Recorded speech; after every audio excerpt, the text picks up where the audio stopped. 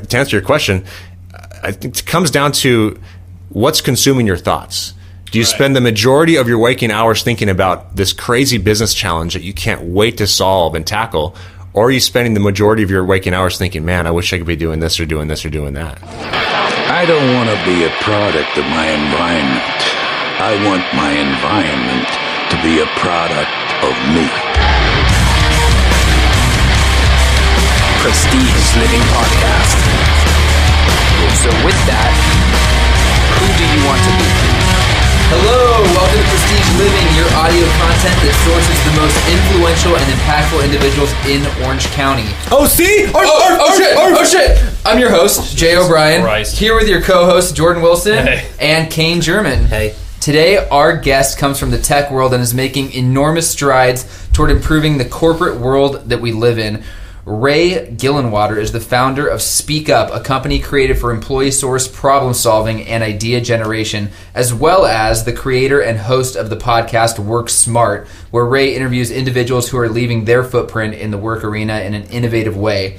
It's an absolute pleasure to have him on the show with us today, and without further ado, I give you Ray Gillenwater. Ray, welcome to the show, man. What's up? Thanks, man. Cool to be here. Yeah, man. So, dude, there's a lot to talk about. You said only 30 minutes, though, right? I have a tendency to kind of go off on tangents, so just give me a little poke in the ribs if I do that, okay? You hear that, Jordan? Oh, I got the little poke. No, I do it. You You and me both, buddy. Did you not hear the spiel you just gave about an elbow? You want to poke the dude? God damn. It's like you don't listen. So, tell us in a nutshell what it is that you do. Well, it depends on the day. Some days I'm a podcast host. Other days I'm a sales guy. Other days I'm a people manager. It all depends, but I have priorities, and my current priority is Speak Up. So as you mentioned, we're helping people create positive change at work. The whole concept is crowdsourcing ideas and problem solving from a staff internally at a corporation, at a company. And so that's kind of the full-time job. And the podcast is just a part of that. And then, as we talked about before, I'm also training for my first fight. So I'm a Muay Thai guy. I've been training for a long time, training seriously under Bryce Krause in Costa Mesa for about a year now. And I have my first amateur fight coming up on December 12th. So I'm training 6 days a week for that. If I look tired and beat down and maybe sore, that's because training camp has started, and I'm in week 2 now. So it's the company, it's the fight, and then it's my health, just sleeping, eating, the standard stuff that might sound weird for me to bring up, but I think too many people, especially in the States, neglect. That's a huge priority in my life. And then number 4 is just my interpersonal relationships, my family, my friends. And that's my life, man. Simple as that. So when you're training Muay Thai, what does that look like? Is it an hour? Is it 2 hours? Are you lifting weights? Are you just doing kicks, throws? What are you doing? So we sparred twice last week, which was terrible because I'm the weakest link in the group. I always get hurt when I spar, almost every time. And so we sparred Tuesday. I got hurt to the point where I went and saw a doctor, and then we sparred again on Thursday. And so basically I didn't feel like I couldn't sleep Thursday night, just writhing in agony, trying to close my eyes and fall asleep, which meant that my Friday session was going to be interrupted. So Friday I just did yoga, just like hot yoga, 90 minutes, chill out. Saturday morning did sprints, so some track work. And then yesterday did this lifting program that is enough to where like the standard gym aficionado would probably tap out and give up, like a pretty brutal strength and conditioning program that my coach gave me. And then today I'm back in the gym, gonna try to hit some pads with some very tender legs, and it just varies day by day. It's conditioning, it's strength stuff, it's pad work, technical work, and then it's full on sparring, simulating a real fight. So when you got hurt last week, what happened? Let's see. So I've been nursing. I sound like an old Jewish man when I talk about all my injuries because they're everywhere. And I am Jewish, so I can't say that, by the way. I'm half Jewish anyways. But I've been nursing this. Guy's anti-Semitic. That's true. So I have an injury in my left wrist that I've been nursing. And so it even hurts to shadow box, like throwing my... This is an audio-only podcast, but for the listeners, I'm throwing my left jab. It looks like he's dancing. So even turning my left, because you got to turn over your knuckle when you punch, even turning it over hurts. And so I'm throwing weak jabs in training, and that was already kind of sore. My right shoulder is already kind of messed up. I'm a big kicker. And whenever there's punchers, and there's lots of punchers out there, you got to kick the punchers. So in sparring, I'm always kicking guys. And kicking is dangerous, especially if you throw body kicks. Because I don't know if you're a UFC fan, but like if you watch Alistair Overeem throw a body kick to Brock Lesnar, it cripples him. It sends him to the mat and you got a TKO, right? So body kicks can be really powerful, but they're also really dangerous because someone can catch it on an elbow. Right. And then you've just demolished your shin on an elbow. Right. And so that's what happened to me. I threw a big right kick, which is what I always do. My training partners know what I'm going to do because we train all the time. Got caught at an elbow, and then I just had this massive hematoma right on my shin bone, next to the shin bone, actually in the muscle, and it swelled to the point where, because there's not a whole lot of area for stuff to swell in that region of the body, so it swelled to a point where it pushed down really hard on my nerve, and my whole leg went numb for about a day and a half. Damn.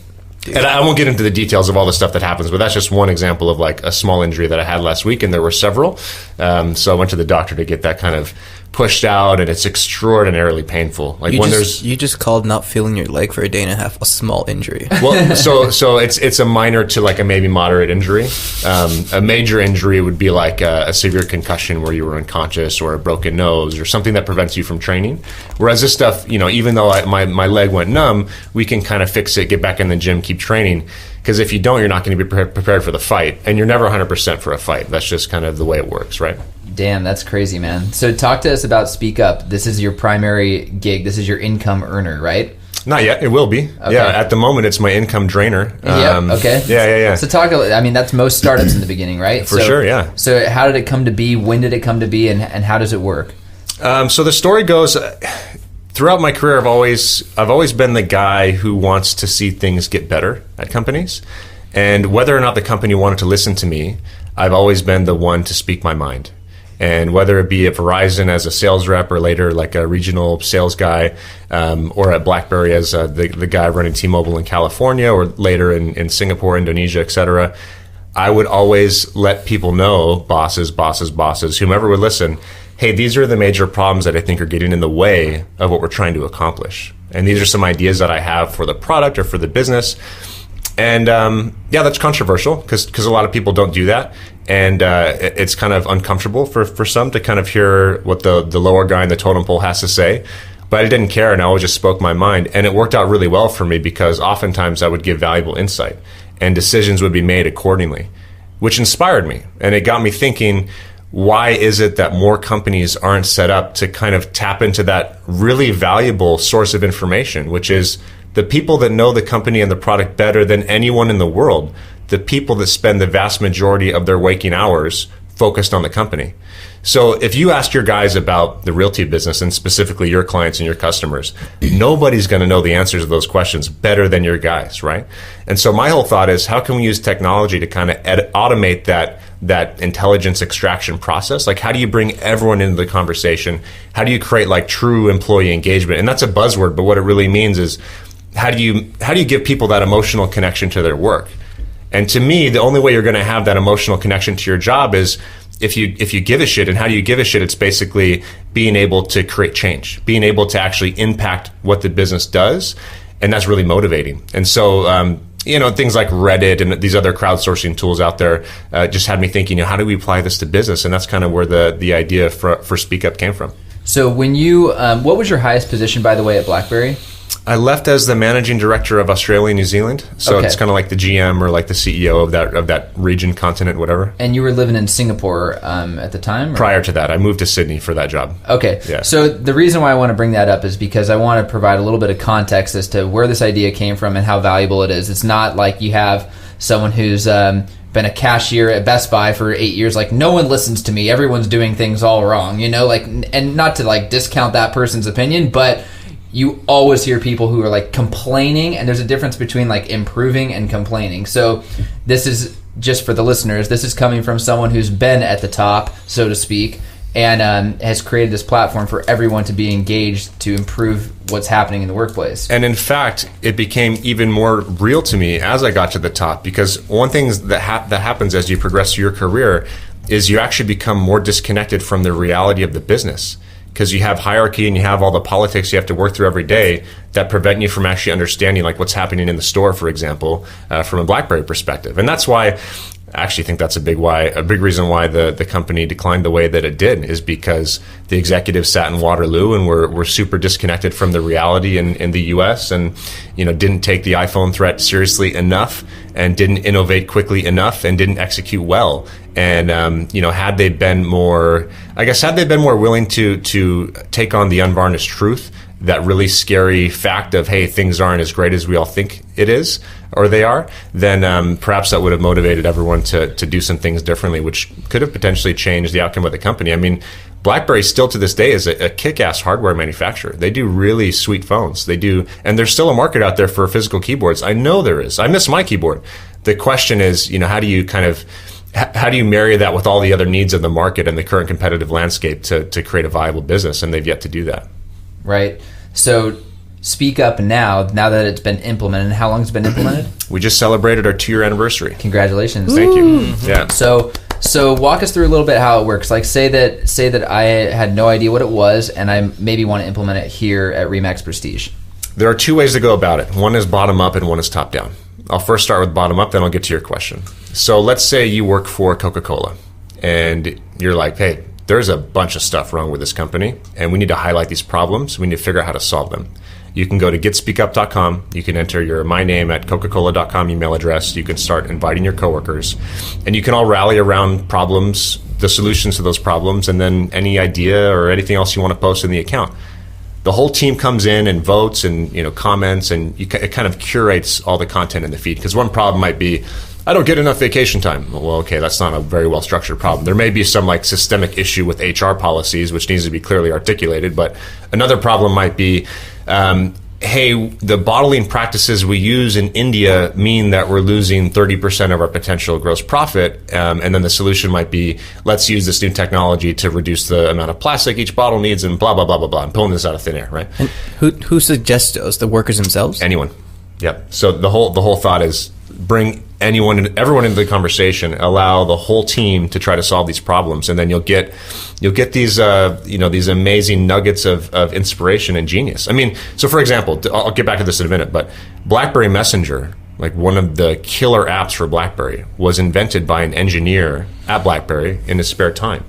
There was pin-to-pin messaging. Every BlackBerry has a unique identifier, and this guy decided to make an app to put a UI on that pin-to-pin messaging. Mm-hmm. And that became one of the most valuable pieces of the entire company. So we all know that there's really brilliant people that sit within every single company out there. It's just a matter of giving them permission to do awesome stuff. And that's what Speak Up is trying to do. Back to my example. So you're this Coca-Cola guy. Someone decides to finally invite a decision maker to the account. And then the decision maker literally has approve, amend, or deny buttons on each solution to a problem, and also to great new ideas. And the decision maker can say, hey, your plastic reduction solution is actually a really good idea. We hadn't thought of that. Approved. It'll be implemented next quarter, what have you. So then you've got this kind of full circle effect where the team comes up with great ideas. It's seen by everyone. It's kind of, there's consensus that's built by the team, and then management comes in and makes a decision transparently. So it's a true two-way conversation, because a lot of companies are great at communicating top down. Like, hey, this is what you guys need to do. Deadline for this new strategic initiative is Friday, right? Cascade emails, etc. Some companies are good at communicating laterally, especially with like Slack and email and just collaborating amongst groups and between teams. But very few companies are good at communicating bottom up, which is how do you actually enable that frontline, bottom of the rung team, or even at the mid-level, to get their insight up to the management team, that ultimately management's job is to make decisions. And as we know, especially now in the information age, the more information you have and the better your information is, the more accurate your decision making can be. And so why not tap into the most valuable piece of information that you're not looking at today, which is the insight from your team. And that's the whole thing we're trying to solve. So you guys provide a forum pretty much for everyone to kind of conjugate and stuff like that. Does Speak Up get involved afterwards, or you just? I think conjugate has a sexual connotation, so we haven't released that feature yet, but perhaps in the future. There are other websites for that. Exactly, but that is a good idea. In fact, I'll post that on my own account. This whole time, misleading me. I'm out. But so, do you guys speak with the companies like, hey, this has been going on in the forum, this is kind of going like that, or you just strictly provide the service of having the forum and like the approval process and all that stuff too? Yeah, good question. So from like a sales strategy perspective, if we notice a lot of activity in a particular company's account, we can then use that as a hook to go to the company themselves and say, hey, there's a lot of great content in your account that no one's paying attention to. Why don't you guys take a look? And we manufacture this as well. So, for example, we did a kind of a cheeky ad campaign whereby we went into Glassdoor.com, which for those that don't know is a website where you can go and see reviews about companies, how good it is to work there. I think your terrible ex-company, Jay, is up on Glassdoor and has some negative reviews. Correct. And not my company. The company you worked for. Thank you. Your companies are great, I'm sure. And you can go on there and you can see what problems exist within that company. So we actually took the problems that are already public about those companies, we pre-seeded them into Speak Up accounts, and then we advertised to the employees that work for those companies on LinkedIn to the effect of, hey, go help solve problems at X company. We actually did the Salesforce and a few others. So then these people sign up and they see content already in the account. They see problems that already exist that are specific to their company that they can try and help solve, and it just instantly helps with engagement. And when we did that to Salesforce, they have a slightly competitive product called Salesforce Ideas, which is a part of Chatter. It's kind of like their Slack competitor. It's an IM tool. One of the guys on that project messaged us with no prompt and said, wow, Speak Up kicks ass. It's what Salesforce Ideas should have been, which was super validating and felt great. So yeah, totally. We do it that way as well. And then Jay, to answer your earlier question, that's rad. We for sure do top-down deployments as well. So, for example, we did a top-down deployment for Lenovo in South Korea, Taiwan, and Hong Kong. So Lenovo, huge Fortune 500 company. I spoke to the guy, Rod Lappin, over there, the guy that runs the region. He's the president of APAC. And he's like, yeah, I'd love to hear from my team. I want to get these guys engaged. I want to hear what they have to say. We've got to improve things. So the best way to improve things is to get input from the team. And there's no great way to do that just based on the languages and geography and all these other challenges we have to deal with. So let's roll out Speak Up top down. That's awesome. I instantly thought of a previous job I had. I would always tell management, I would say, you can train people how to do a job, but you can't train them to care about the job, especially when their concerns or any problems they might be facing, they think they're being ignored. And no doubt. And it looks like you've taken that idea and just really made it a reality. Yeah, and especially for our generation, I mean, call us entitled, call us what you want, but we do not, and this is a broad generalization, but I think it probably applies to everyone in this room based on from what I can tell. We cannot stomach the whole concept of, hey, you work for me, here's your paycheck, this is what you do. Oh, dude. No. This is a two-way street. If I'm going to dedicate the majority of my waking hours to this company, this is going to be a fair deal. And what is fairness? Fairness is you've got stuff that you have to do in relation to fulfilling your end of the bargain, and I have things that I need to do, and it's a conversation. And you're not dictating to me. We're reaching a conclusion about what to do based on what we think makes sense and talking. I love that, man. I think that's so cool. So you came up on your 2-year anniversary. How do you guys generate revenue?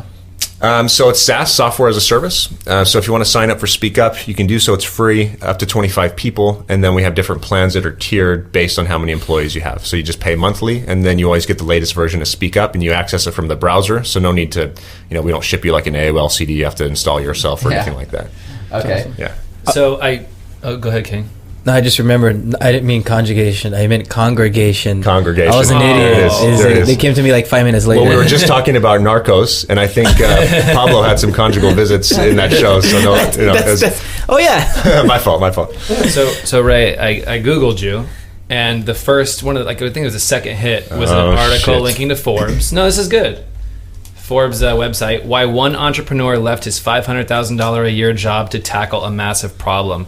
Can you speak to in my head that screams like courage, like to leave a $500,000 a year salary to do this startup. Can you speak to that? Fulfillment. Yeah, can you speak to that? Like what it took for you to take that leap of faith and burn the ships, as they say? So disclaimer, PR is all about sensation.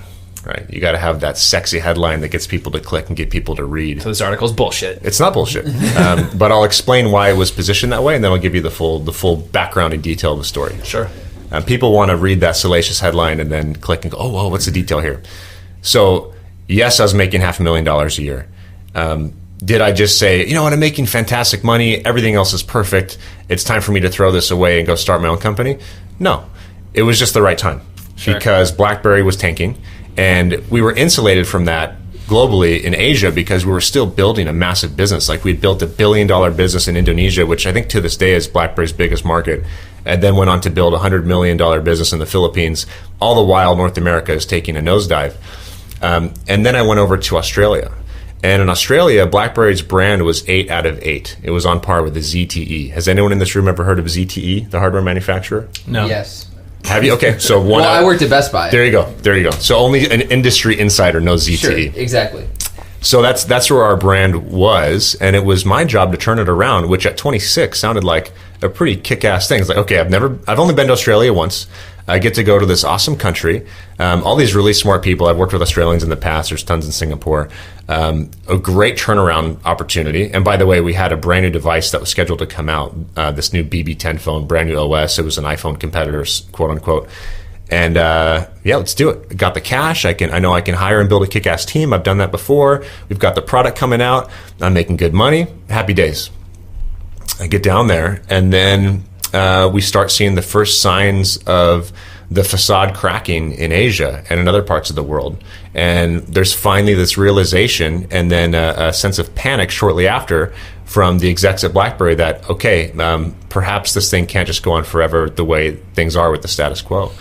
So what they did as a result was bad for me, but makes sense for them. And I probably would have done the same thing. They put on a hiring freeze, couldn't hire or fire anyone when I was promised headcount, by the way. Budgets were taken down to almost zero. And then just to be totally upfront with you guys, and I don't talk about this much, but we started having ridiculous conversations, not about just the company, but also about stuff like the fact that I was owed $100,000 for an old bonus check. And some people at the company thought that since BlackBerry wasn't doing well, that I should forfeit that, even though I earned it. So this is the kind of madness I was dealing with. And so I thought to myself, okay, I'm down here in this country. I want to do a turnaround story. I'm motivated. I'm just coming off a bunch of big wins. I want to kick ass and take names. And now my hands are tied. I don't have any budget. I don't have any headcount. And I'm too young to be a figurehead. And I'm probably not very good at a figurehead. I wasn't, you could hire an older seasoned executive that's more eloquently spoken and kind of has the look and is more diplomatic. I'm like the young gun that's the aggressive bulldog that's going to go in there and tear shit up. So I'm the wrong guy for the job at that point. So yeah, it was a lot of money, but I didn't wake up feeling motivated about going to work. And that, at the end of the day, that's what it's all about for me. And my old boss, Hastings Singh, who's been on my podcast, has this quote that'll always stick in my head, which is, hey, mate, sometimes you got to bet on yourself. So it's scary to walk away from $500,000, but it's no scarier than when I walked away from 105 at Verizon and then walked away from 130 to jump to a big role in Singapore. And, it's always scary. But, as soon as you start getting comfortable and resting on your laurels and thinking like, okay, I've made it, you basically just dug your own grave if your goal is to continue to excel. So I've heard this before, and you talked about timing. Does it just click? Like when okay, now is the time. I mean, you've talked about how BlackBerry was kind of, going on the downslope a little bit, but would you just wake up one morning and be like, this is the time? Well, I'd always really wanted to start my own business. It's been my dream since I was a kid, and I had the money in the bank. I just stockpiled cash. I'm making $40,000 a month or whatever. I'd still take the bus to work, spend $1.25. I would just stockpile cash. So I had money in the bank to start my own company. Risk profile wise, still single, didn't have a mortgage, didn't even have a car, had a few possessions I could fit in a couple of suitcases. So the timing was perfect. And then I think, to answer your question, it comes down to what's consuming your thoughts. Do you spend the majority of your waking hours thinking about this crazy business challenge that you can't wait to solve and tackle? Or are you spending the majority of your waking hours thinking, man, I wish I could be doing this or doing this or doing that?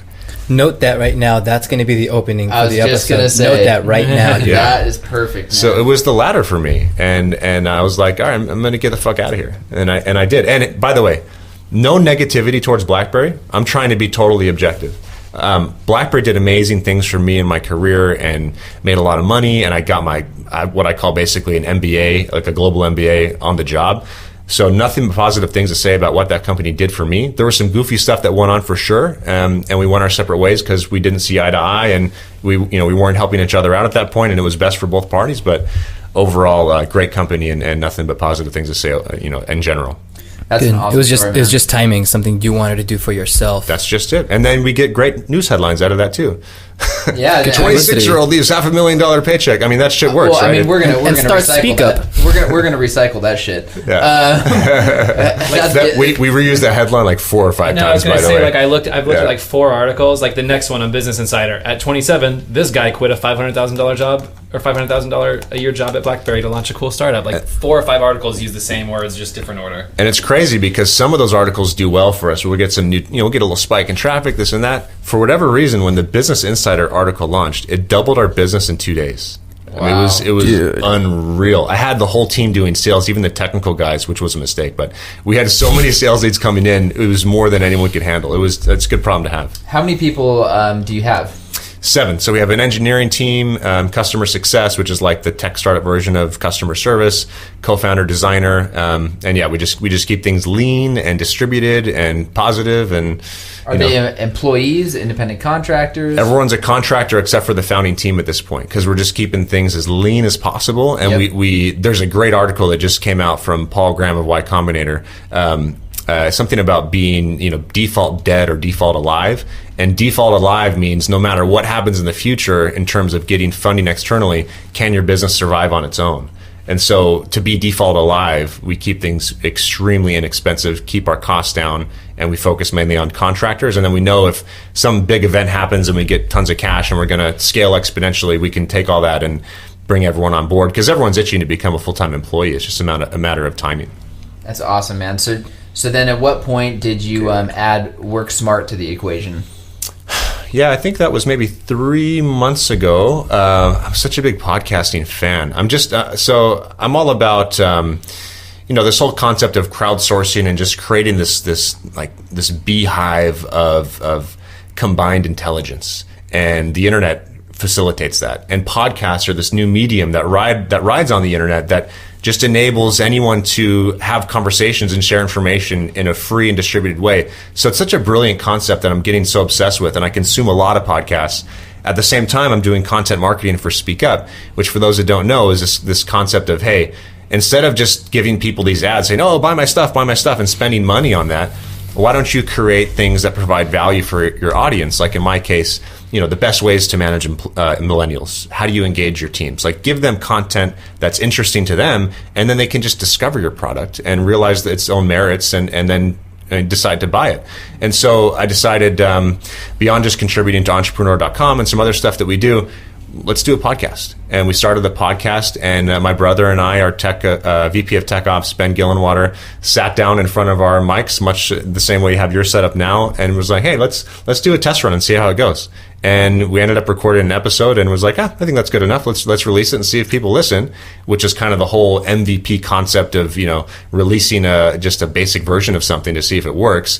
It worked. People listened. People asked us for more. So we kept creating more episodes, and now we're doing it weekly, and I'm having amazing conversations with super fascinating people like yourself, Jay, and that your episode goes live in December. And I just talked to one of my favorite authors a couple weeks ago, this guy, Karn Ross, who's an ex-British diplomat, and talked to me about all kinds of concepts that are way beyond my level of intelligence, but absolutely fascinated me. And, this is all free, and it's a way to help people get more information, and it helps the business. So it's amazing. People keep asking you for more. People keep That's asking awesome, us to dude. stop, and we just keep going anyway. You guys shut up already. Jesus. Go back to that conjugal stuff, huh? So that's awesome, man. 3 months Work Smart, and then 2 years on Speak Up. Yeah. And then almost the fight. Almost the fight, December 12th. December 12th is the fight. Yes, sir. There's a public Facebook event called Ray's First Fight. So you could probably find it. I usually don't accept requests from strangers, but you should be able to find it without being my friend on Facebook. If not, add me or message me and I'll get back to you. If you want to go, it'd be cool for people in Orange County. Please come check it out. The venue isn't established yet, but we'll update people on that event when it's ready. Yeah, so the amount of self-discipline and training and exercise that goes into that part of your life, how do you see that intertwining, like, mentally and physically in the work realm of your life? So sometimes I get to speak to kids or college students or high school students about what it takes to be different in the work world and be successful in business. And for me, it always comes down to intelligence is important, but just brutal effort. Just being able to do more and have a higher work capacity than anyone else. You take that and you apply some brilliance to it, or you apply some clever tactics to it, and then your level of exponential progress just supersedes everyone around you instantly. and then that gap continues to climb over time. And so that's kind of the I guess the concept or thesis I share with people that ask. It's not what people want to hear. People always want a shortcut, and it's something I internalize and use to guide my own life. And then when I started training for a fight, I realized like, I actually don't know anything about hard work. Because working hard and staying up and doing stuff that's mentally taxing is kind of one energy system, and then a whole nother energy system is like, you want to puke, you just got a body shot, you can't breathe, but the round's not over. And if you don't keep your hands up, you're going to get knocked out. And I'm being a little bit dramatic, but those are some of the experiences that you go through during training. And so this whole fight preparation stuff has taught me a lot about myself. It's taught me how to be calm. It's taught me how to be composed. It's taught me how to fight through adversity, not just in the sense of like, oh, I'm in a bad mood, but like I'm physically in pain right now and I need to work through that no matter what.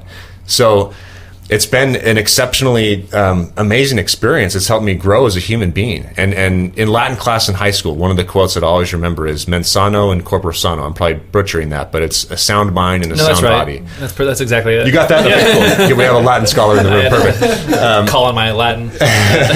So love the quote. It's a sound mind and a sound body. And what that means is it's not just about being super smart. It's not just about, doing the best you can, learning as much as you can, helping other people. That's all important. But it's also about maintaining your physical health and making the most of this body that is pretty fragile and can deteriorate pretty quickly if you don't care for it. So that's why I think it's so important to balance all these things. And post-corporate life, I realize all the mistakes that I made. I got down to 168 pounds as a vegetarian in the corporate world, just not eating, not sleeping, stressed out. My mood was shit, and my health was poor, and now that's totally changed. I'm in the best physical shape of my life at 30 years old, and I feel like $1 million minus the minor injuries.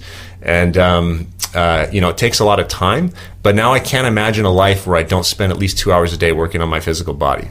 I can't imagine it. And I can't imagine a life where I don't sleep at least 7.5, 8 hours a night. For me, I'm just not willing to make those sacrifices anymore. And if I knowing what I know now, if I had to go back and do it all over again, I don't know. I might have done it differently, but then I'd be in a different circumstance now. So I'm glad I went through what I went through. But I feel like I've learned a lot along the way, and I have a nice balance now. 2 years ago, was your routine the same as it is now? Like, were you sleeping 8 hours a day 2 years ago, or when you're just getting the business started? It took me a while to get to that. There's this founder's guilt concept where, so I've always been motivated by owing someone something, by being beholden to someone, by wanting to please someone. So throughout my career, I've always had great bosses to look up to, people that I want to not impress, but make proud of me and also help succeed. And that always drove me, and it drove me hard to the point where I'd skip meals and shirk on sleep. And then when I got to a top position, and they always say it's lonely at the top, and you're kind of just reporting to yourself, you kind of have this like sense of guilt, like, oh, I just slept 8 hours last night, or like, hey, I went to bed at 1 and I woke up at 9. That's kind of late, right? Entirely. So you feel bad internally, and you just got to let that shit go.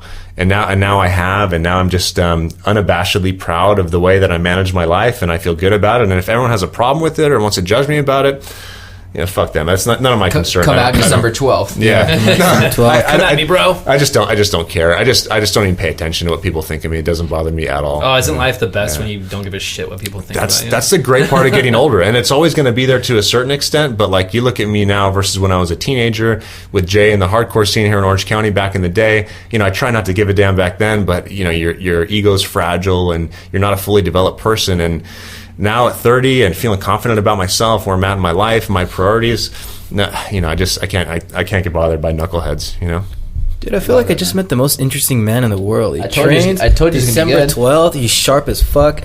He's got a business. He's got a podcast. He left a freaking gnarly job to find something fulfilling. He speaks to high schoolers, and you know how I am about youth and shit, man. So it's fucking. No, you really like him young. They're very, very admirable, man. I appreciate that. I appreciate that, but I also want to be totally real. I mean, I don't want to make it seem like, part of this whole content marketing thing and starting a business is like, you have to kind of have this certain image, and my image always wanted to be just super real. So like, the reality of my life is, I'm living off of money that is not increasing. So I'm not making any money, and I haven't since I left BlackBerry in summer of 2012. So going on 3 years, right? I've invested $350,000 of my own money into my company, which is a massive bet, and some people think is too risky and crazy, because investing in startups is like the riskiest form of gambling. So the other side of that coin is, and I certainly appreciate the compliment, but the other side of that coin is I don't have any income. The money is draining every day. Yet.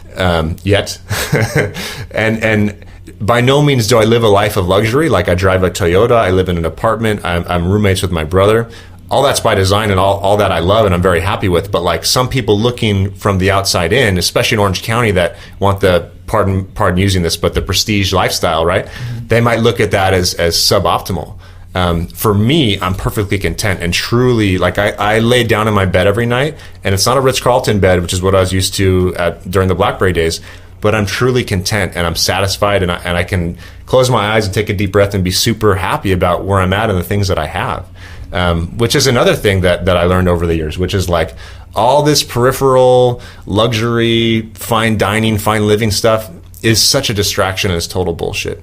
And it's all about how you feel and how you make other people feel, which I've come to discover over time. That reminds me of somebody that always says, if you go to bed at night, what is that thing you say, where if you go to bed at night and you wouldn't voluntarily relive the same day, you're doing something wrong. That's a great quote. I like that. Yeah. So I just mean to balance. Like, my life isn't perfect. I don't have everything figured out. I'm very happy and content, and I have strong hopes for the future, and I know where I'm going, and I'm confident that I can get there. But by no means do I live a perfect lifestyle where I'm, jet setting in private jets every week and doing all this crazy stuff. Not to say that's the goal, but for some people, that's what people look at as success, and I just define success differently. I love it, man. Super admirable. So wrapping up here, people who want to get a hold of you, people who want to try Speak Up, business owners that are listening to the show, and people that want to tune in to the podcast, let's kind of get some plugs in right now. Thanks, man. So if you want to check out Speak Up, go to getspeakup.com and enter your work email address. Then you're done. That's it. It's free to try.